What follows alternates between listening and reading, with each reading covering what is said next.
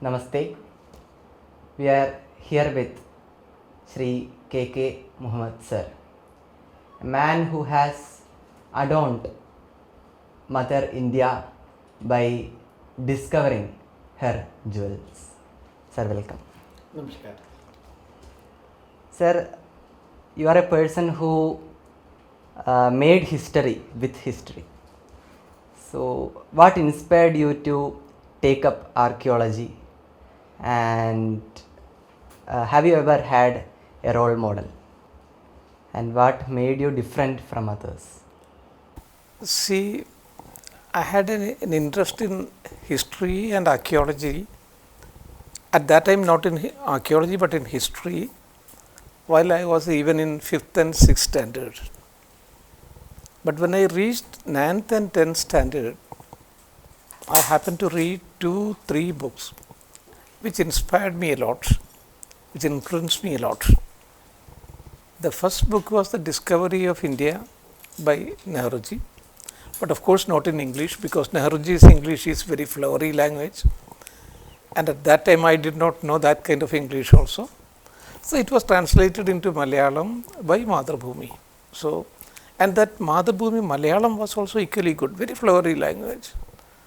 And then the glimpses of the world, history of world, a short history of the world, that was also by Nehruji, and that was also translated into Malayalam by Madhubhumi. So these two books that inspired me a lot.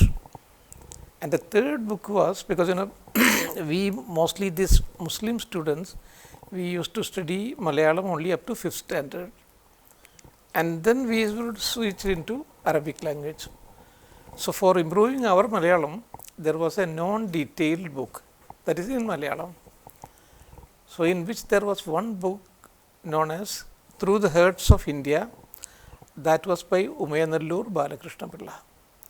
So he had given a very good description about the North India, Delhi, Agra, and more particularly about Nalanda University. So that also again influenced me very much. And then they took a decision, that was a conscious decision, that after my high school, I will not continue my studies in Kerala. Instead, I will be going somewhere in North India. So that North India means, mostly Delhi, Agra or Bihar. And fortunately, I got admission in Aligarh Muslim University, which is only 50 kilometers away from Agra and 100 kilometers away from Delhi. So that really, because once you are in Delhi and Agra, you are face to face with the monuments, with the history, because there you can put a tongue in each and every stone if you know the history. So that is what I have been doing. So I developed an interest in archaeology also. But then something happened in my life, although I stood second in order of merit, I was not given admission for PhD, which was my due, and instead of me, it was given to a student who was having 16,000 marks less than me in MA, more than 100 marks less than me in BA. So that was a kind of shock for me. And the person with whom I was fighting, he was a very important historian, and he was a politician also. So you just cannot fight against him, because then that means you would be ruining your life. Then I thought, I will go for my second option, and my second option was, of course, archaeology. I applied for Archaeological Survey of India. I got admission, and once I got the admission, I felt, because that was blessing in disguise for me, because that, denial of the PhD, that was a blessing in disguise. And I had come to the right topic, because earlier, if you are learning, if you are studying about Chandragupta Maurya or Gupta dynasty, in BA also you will be studying the same thing, in MA also you will be studying thing, of course in detail. But here you have an opportunity to go to each and every monument and study them right before you. So that was a great opportunity, and I passed out and immediately I got my job also in the same university which had earlier refused me admission for PhD.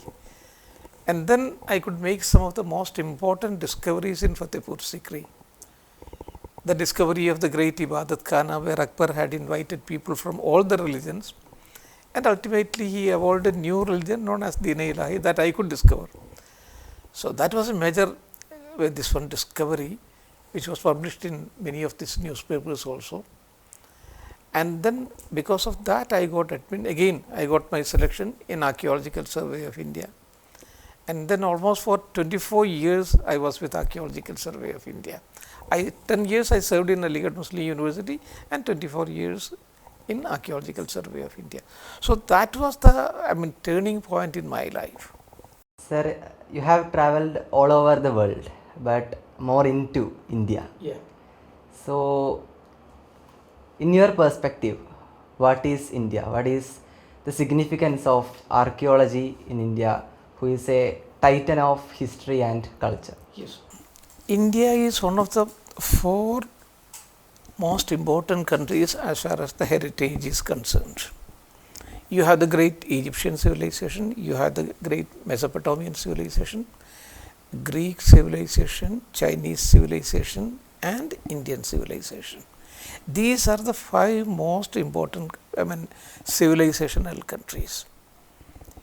If you simply market your heritage, you would be able to earn a lot of foreign currency. But what we have to do is, we have to market it in the proper way. You have to have excellent guides, because behind every monument there is a wonderful story. That story should be narrated very well, so that people would be attracted, and not only attracted, they would come to know about your great heritage.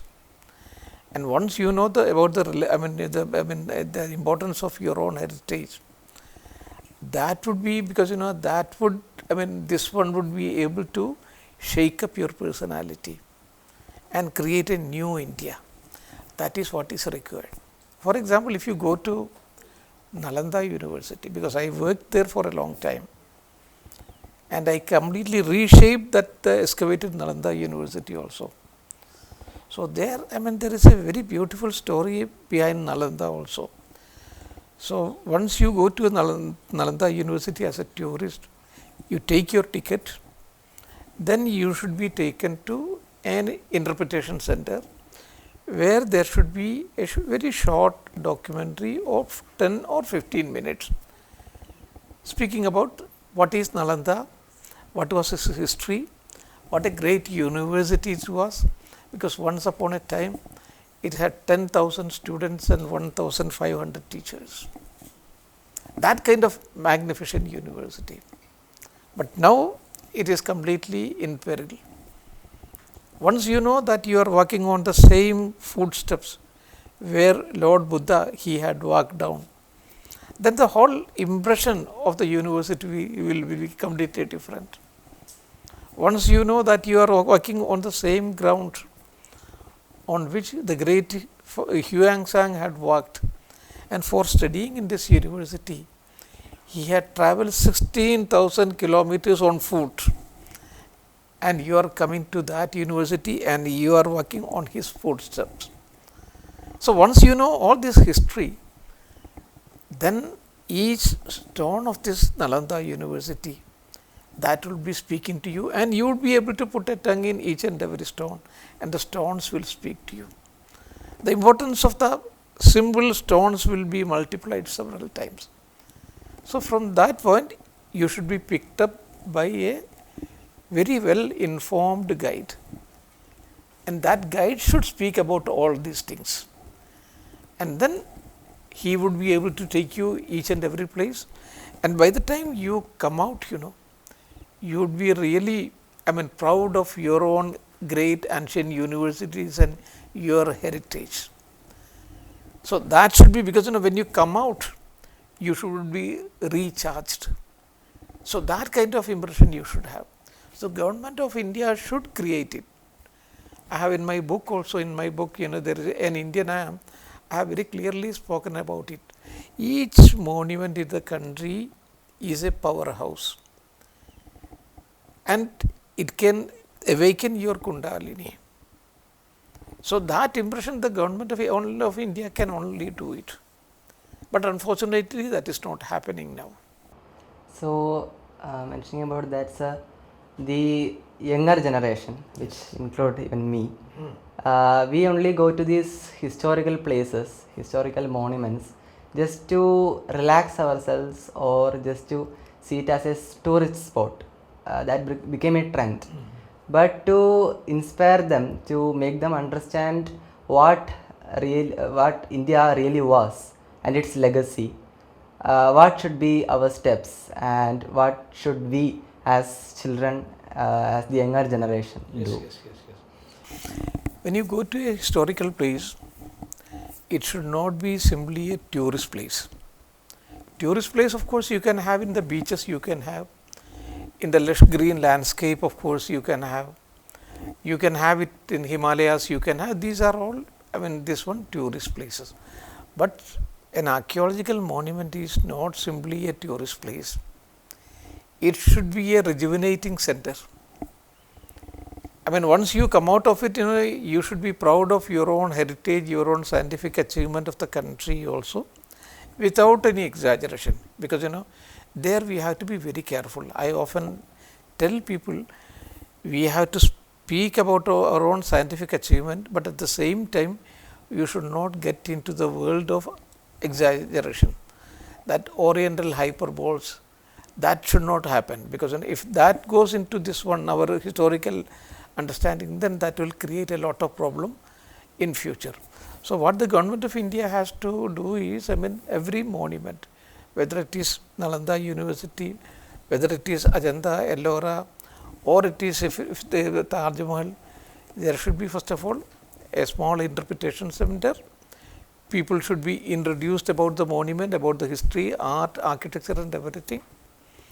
And then a guide should be compulsory. If there is no guide, you will not be able to understand anything.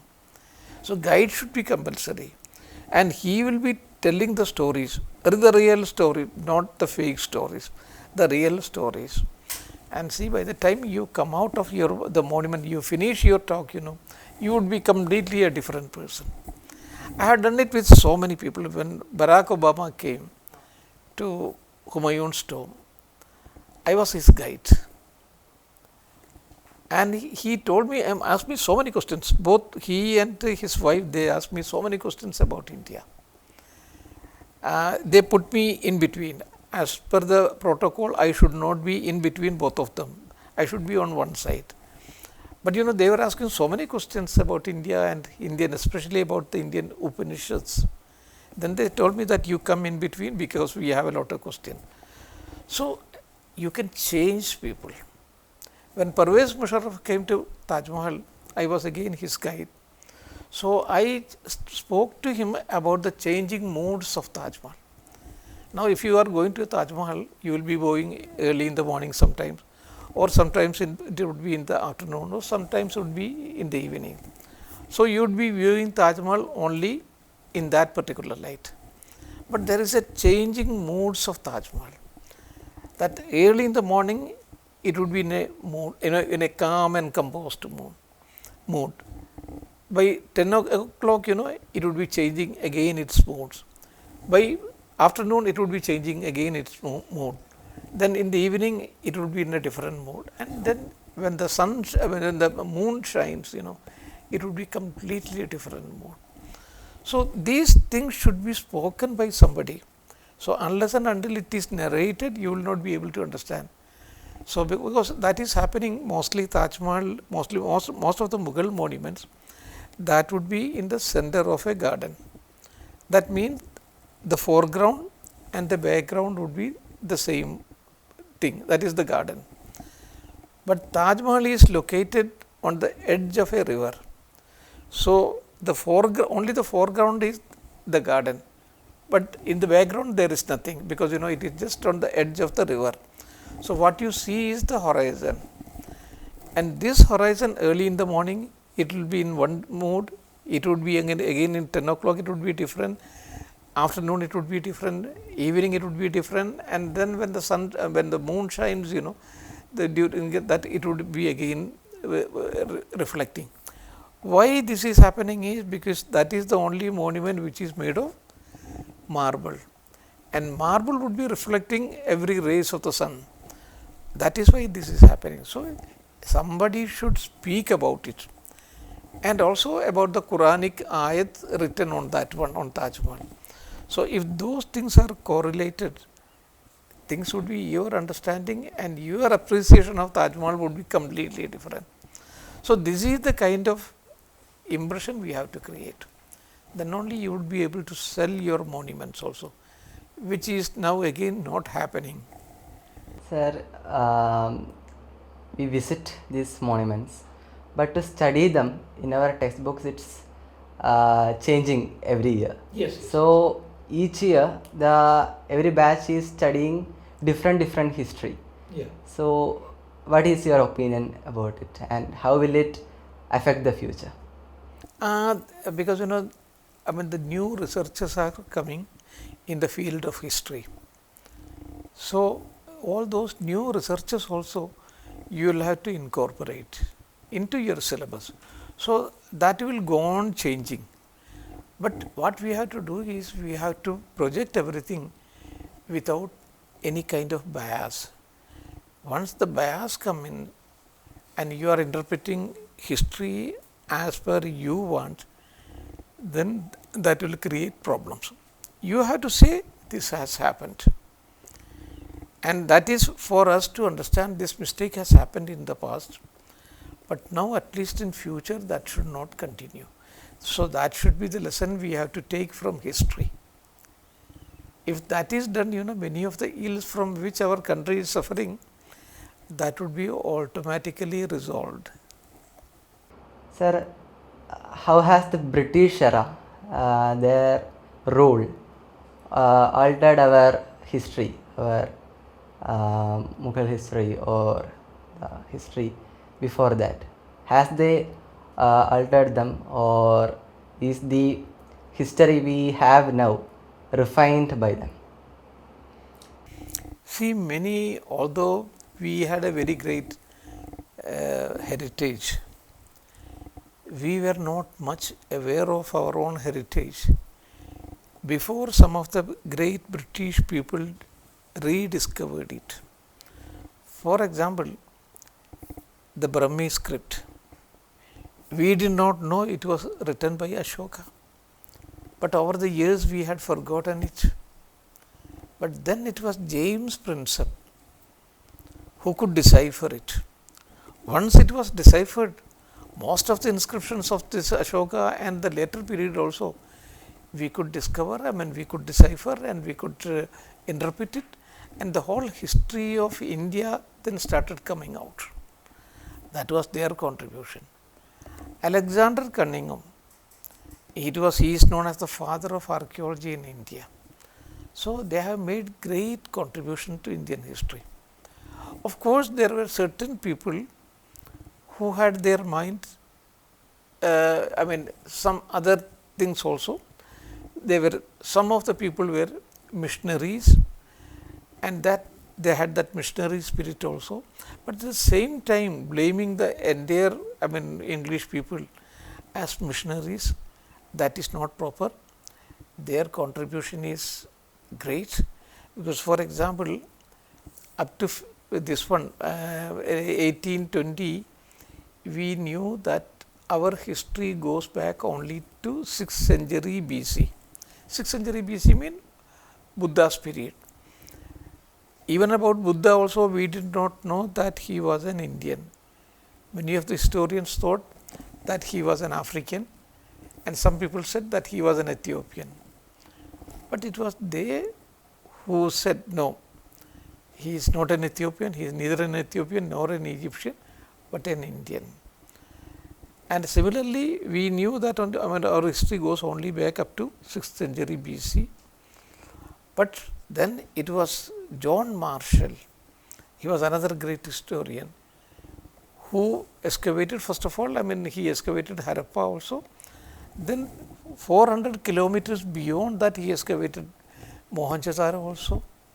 And when he looked at the things, both the cultures are the same thing. Then he compared it with some of the discovery. The seals have been discovered from there. That seal was discovered, in Mesopotamia also. So, in that Mesopotamia, it was discovered at a this one depth of 400 BC. And it was because when they discovered this kind of the same kind of Harappan seals in Mesopotamia, for the first time we came to know that our history goes back to 2500 BC, and Harappa and Mohenjo-daro were also excavated. And then not only that, we also came to know that we had trade relation with Harappa and Mohenjo-daro. So, all these discoveries were given by them, and blaming them, that is not proper, because whenever I go to a seminar, I find the same thing, that it was the British people who had completely ruined our country. It is not like that. Of course, there were certain people who had a missionary zeal, but that was very limited. Otherwise, most of the English people who have done tremendous contribution for the discovery of the Indian civilization. Sir, has India's true legacy, true face, has it come out, or is it complete? Not at all, because we have a great heritage, and it is even now simply lying in ruins at various places. For example, if you go to Hampi, Hampi is in Karnataka, the capital of the great Vijayanagara Empire. It was one of the greatest temples of that time. Still, the great bazaars of Hampi, the great Virupaksha bazaar, the Pansupadi bazaar, all of them are still lying in ruins. I pleaded with so many people, you give a 20 crores of rupees for Virupaksha bazaar, it is almost 2 kilometers. Many parts are lying there. We can reconstruct them, as I have reconstructed Bateshwar. Similarly, there is Krishna bazaar is there, that is also lying now in ruins. Why can't the government of India? They speak a lot about this one, the great heritage of India. They say that Gauravshali Itihas ki baat karte hai, the golden age ki baat karte hai. If you are spending 20 crores of rupees on one bazaar, 10 crores of rupees another Krishna bazaar, you can not only re-erect them, and that can compete with the Greek bazaars and Roman bazaars also. So, that kind of heritage we have, but you have to change yourself, you have to have a bigger, wider vision should be there, and then there should be certain driving forces also. And I often speak about Jagmohan. Jagmohan was a minister in Vajpayee government's period. He was such a great personality, and you have to have political people with a great vision and the driving force also, because if you have only vision, it is not going to serve. But if you have got the vision and also at the same time the dynamism, which is which would be translating things into this one reality. So, both these qualities should combine into person, then only we would be able to change.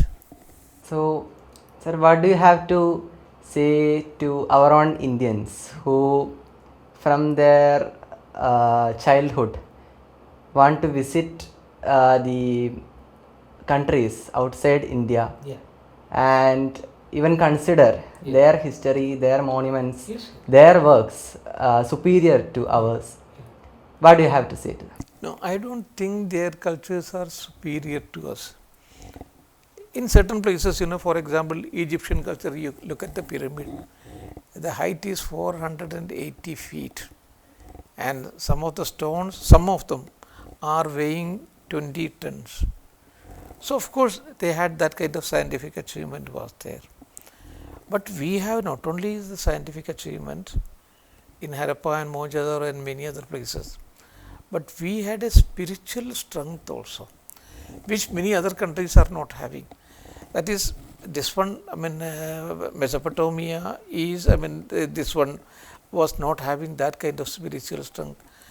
Egypt was not having that kind of spiritual strength. China was not having that spiritual, Greek was not having that spiritual strength. So, we have both the spiritual strength also and the physical strength also. But the only thing is where we are lacking is we have failed in projecting our own image to the world. That is what we have to do now. So in the future, to increase the flow of our own history to our minds, what mindset should we adopt? See, I mean, that is in educational system itself we will have to change. For example, while I was in Delhi and Sheila Dikshit was the chief minister at that time. So, I went to madam, I had very good relation. Then I told them that because the students are there, every school should be made compulsory in the schools, that students should be taken to the monuments and not simply taken into the monument, because if you are simply taking the monuments students to the monument, they would be, because they will have all the freedom and they will run all over. That should not be like that. It should be, you should have a informed guide also with them, and after that you have to have a test also of what they have seen it. So, there should be a small notebook also, that note should be provided by them, that is by the students. So, this was I mean, if you want to pass out your 6th standard or 7th standard, you should visit this number of monuments. So, that was part of their curriculum itself. So, you have to have the same kind of thing. And then I made one more thing. If you go to some of the North Indian monuments, there they would be scribbling their names along with the names of some other girls. So, this was a bigger problem, scribbling on the monument. So, I made them, because whenever the students come to the monument, I told them that you have to take an oath that you would not be scribbling on the monuments. So, this I had made it in Patna also, because earlier I was working in Patna. So, I said that this is the new Ashokan inscription. So, in which they would be taking an oath that they would not be scribbling on the monuments. I made it in Delhi also, in Agra also, and wherever I was posted, I did it. So, this way you can change their own heart, and now this kind of scribbling that has considerably come down.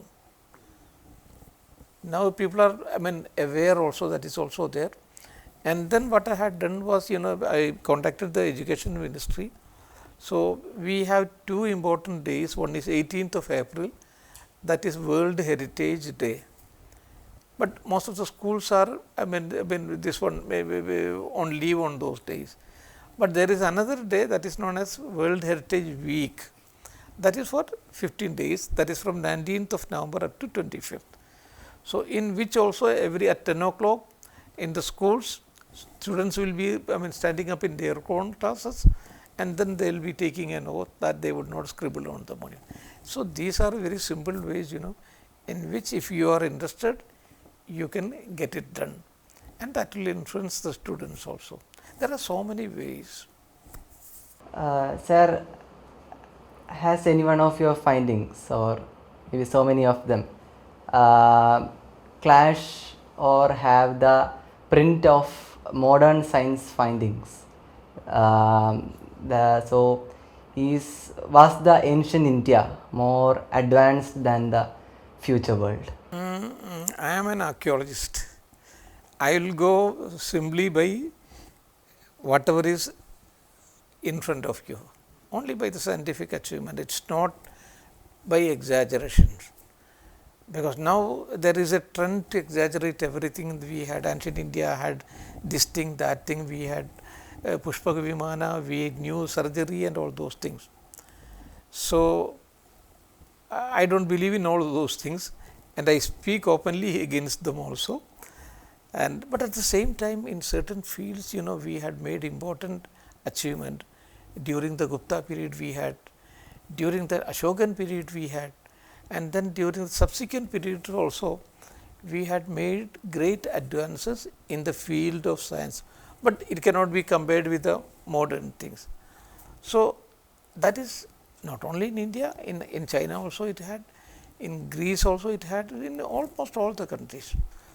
So, but at the same time, whenever you speak about Ramayana or Mahabharata, Some people would say, some extreme, group of people would say, no, these are all cock and bull stories, there is no truth in that one. And another person would say, no, whatever is spoken in Ramayana and Mahabharata, they are right. And the truth, as far as an archaeologist is concerned, in between. Because even Mahabharata also, originally it had only 2400 verses. That was, at that time it was known as Jaya. Then it became 800 verses. 8,000 verses, and now it has 1 lakh verses. So that means, additions and alterations were there, of course. And we don't say, so people would say, so one group will say, no, it is completely this one exaggeration. Others would say, no, it is fully, whatever is spoken about in this one in Mahabharata or Ramayana, that is completely true. As an archaeologist, when Professor B.B. Lal excavated this one, Hastinapura, because Hastinapura was the capital, when he excavated, he also had the same problem in front of him. But there was a reference about one flood in Mahabharata, and that was it was spoken, and about this flood Vayu Purana had spoken, and there was a verse also. I am just forgetting that one. Gangeya apahride nagaram nagaswakaye, Gangeya apahride nagaram nagaswakaye, Tyuktar nijachur nagaram kaushambeyam sanivatsayade. That while Nijakshu was ruling, Nijakshu was the fifth from Abhimanyu. While he was ruling, there was a great flood in Hastinapura. Everything was washed out, and then people shifted from here to Kaushambi, which is 120 kilometers from Hastinapura. So, when he excavated it, first of all he got that flood line, which means whatever was spoken in Vayu Purana, and it is there in Matsya Purana also, that is right. But he wanted to further verify it, whether the same thing continued in Kaushambi or not, because as was said in Vayu Purana and Matsya Purana.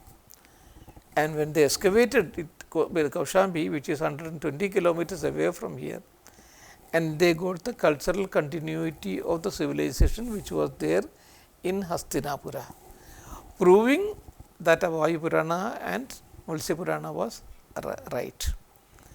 But at the same time, exaggerations and other thing, that you have to exclude it, and that happened everywhere. Even in Greek civilization also, in Homer's, this one, also the same thing. This has happened even in Bible also. There is a reference about Noah's flood is there. So this has happened in every civilization. So you have to be, as an archaeologist, you have to be very clear. Neither go with the extreme group of people who say that everything is, whatever is said in Ramayana, Mahabharata, that is 100% correct, nor with those people who completely throw it out. So we are in between. Sir, again the timelines of the happenings of these events, Ramayana or Mahabharata, timelines of in the Vedas, and the mentionings of yugas. Are they accurate, and even the timeline of these events, are they accurate as per the Puranas? There are 4 yugas: Satya, Treta, Dwapara, Kali Yuga. Archaeologists, so far they do not have any evidence to prove those things, because as per Dwapara Yuga, because it is 80,000 years back, and Satya Yuga is even millions of years, that is not there as far as archaeology is concerned, because our dating of Mahabharata is roughly from 1500 BC to 1700 BC, or it could come down to 1300 BC also. That is the Mahabharata period. and of course Rama was before that. So, if Rama is before that, I mean he would be roughly around 1800 years or 1900 or it could be 2000 years also. And the whole human history, that is what we call this one, the whole human history starts from the civilizational period starts from 3500 BC onwards. Not beyond that. Beyond that, you have got Neolithic period is there, then you have got Mesolithic period, then you have got Paleolithic period. As far as the heritage, I mean the archaeology is concerned. So, archaeology does not accept that the Yuga concept. We have completely different set of this thing. But now there are certain discoveries, that is the most accepted view, but now there are certain things are coming out, that is there is a place in Turkey known as Gobli Tepe. There the history of the civilization goes back to 12,000 BP. BP means before present, that is 10,000 BC. So, that is a great challenge now, because people are grabbing this one, what to do, how to reconcile with the existing knowledge. This has become a question now. It's a debate is going on. The same thing may happen here in India also. As the last question, as a person who devoted his life to the past, to history, what do you have to say to the future? See, history should be, many mistakes have happened in history. Many wrong things have taken place in history. For example, the Indian history itself, when Muslims came to India, they have destroyed a number of temples. They have massacred people. As a student of history, I know it, because I have seen all these things from very close quarters. And there should not be any attempt from the side of the Muslims also. And when the English people came, they have also done it. When the Portuguese came, they have also done the same kind of thing. We should not try to justify what their ancestors have done. There should not be any attempt to justify it. Accept this is a historical truth. This has happened, but the present Muslim community, they are not responsible for it. But then again I say, the moment they try to justify the earlier violence, they also become part of it. So, do not justify it. Say this has happened, that was a medieval period, but now we have to move forward. So, whenever I am doing this one conservation, whenever I am taking up the conservation work of temples, because in Bateshwar I have conserved more than 80 temples, and similarly many of the Buddhist stupas, most of them were destroyed by Muslims. So, I really feel, I really repent for it, whatever had happened in the past, and whenever I do this kind of conservation work and re-erecting the temples, my humble prayer is, because I am atoning for the past sins of the Muslim community, and I have no problem in publicly declaring it also, because this was a civilizational wound.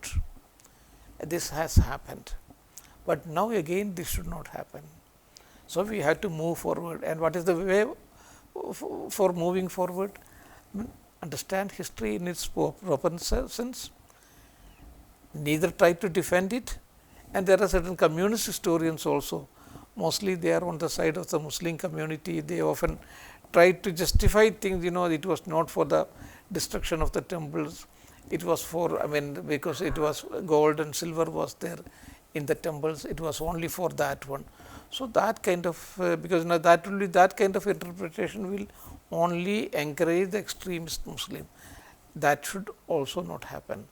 So, what we have to do is, whatever has happened is happened, but now we have to heal, we have to give a kind of healing atmosphere, we have to create a healing atmosphere, and then we should move forward, so that both Muslims and Hindus and other communities also come together and create a united and a strong India.